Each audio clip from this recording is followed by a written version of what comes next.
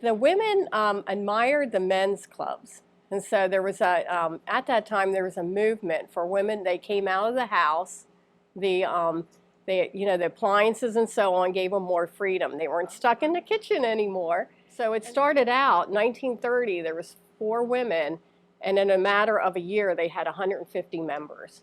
And they've been making contributions to the community ever since. I mean, we've had our ups and downs, but normally the membership is around 150, 200 women.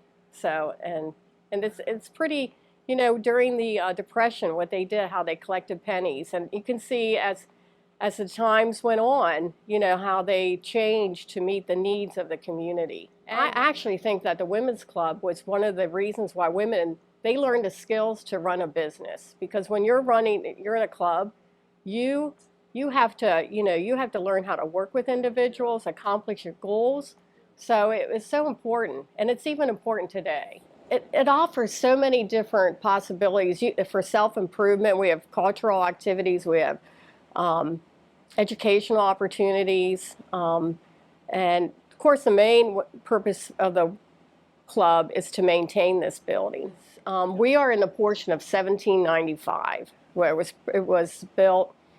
James Price, who was the Registrar of Wills at the courthouse, he had no children, but he became a guardian of a 2-year-old, and with that he had an African American enslaved individual working for him, a nanny, and she also had a 2-year-old, and her name was Di.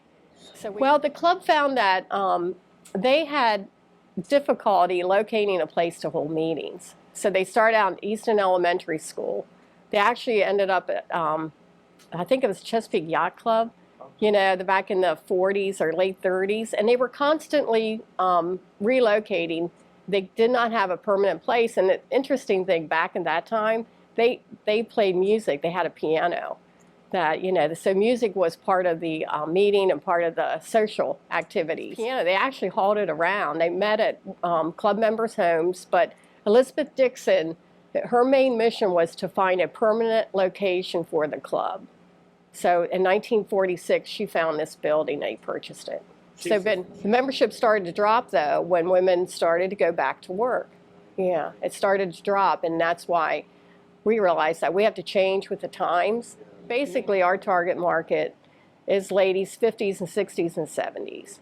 The building, it's so important. The archaeological dig was conducted in 2013, and we want to keep the building open and remain in the community. I think the most important aspect of a club membership is the friendship.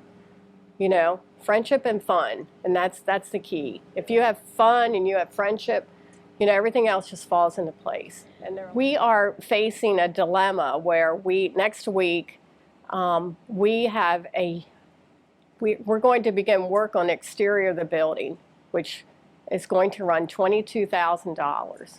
And coming out of COVID, the club, it's a hardship for the club, and we're reaching out to the community for support. Our mission with the club is to save this site. We're the caretakers of this building. And this building has a soul. It really does. I mean, if you see the love, the women that made this, and the historic aspect that, one time, in the 1790s, we are sitting in a building that, how life was so different. And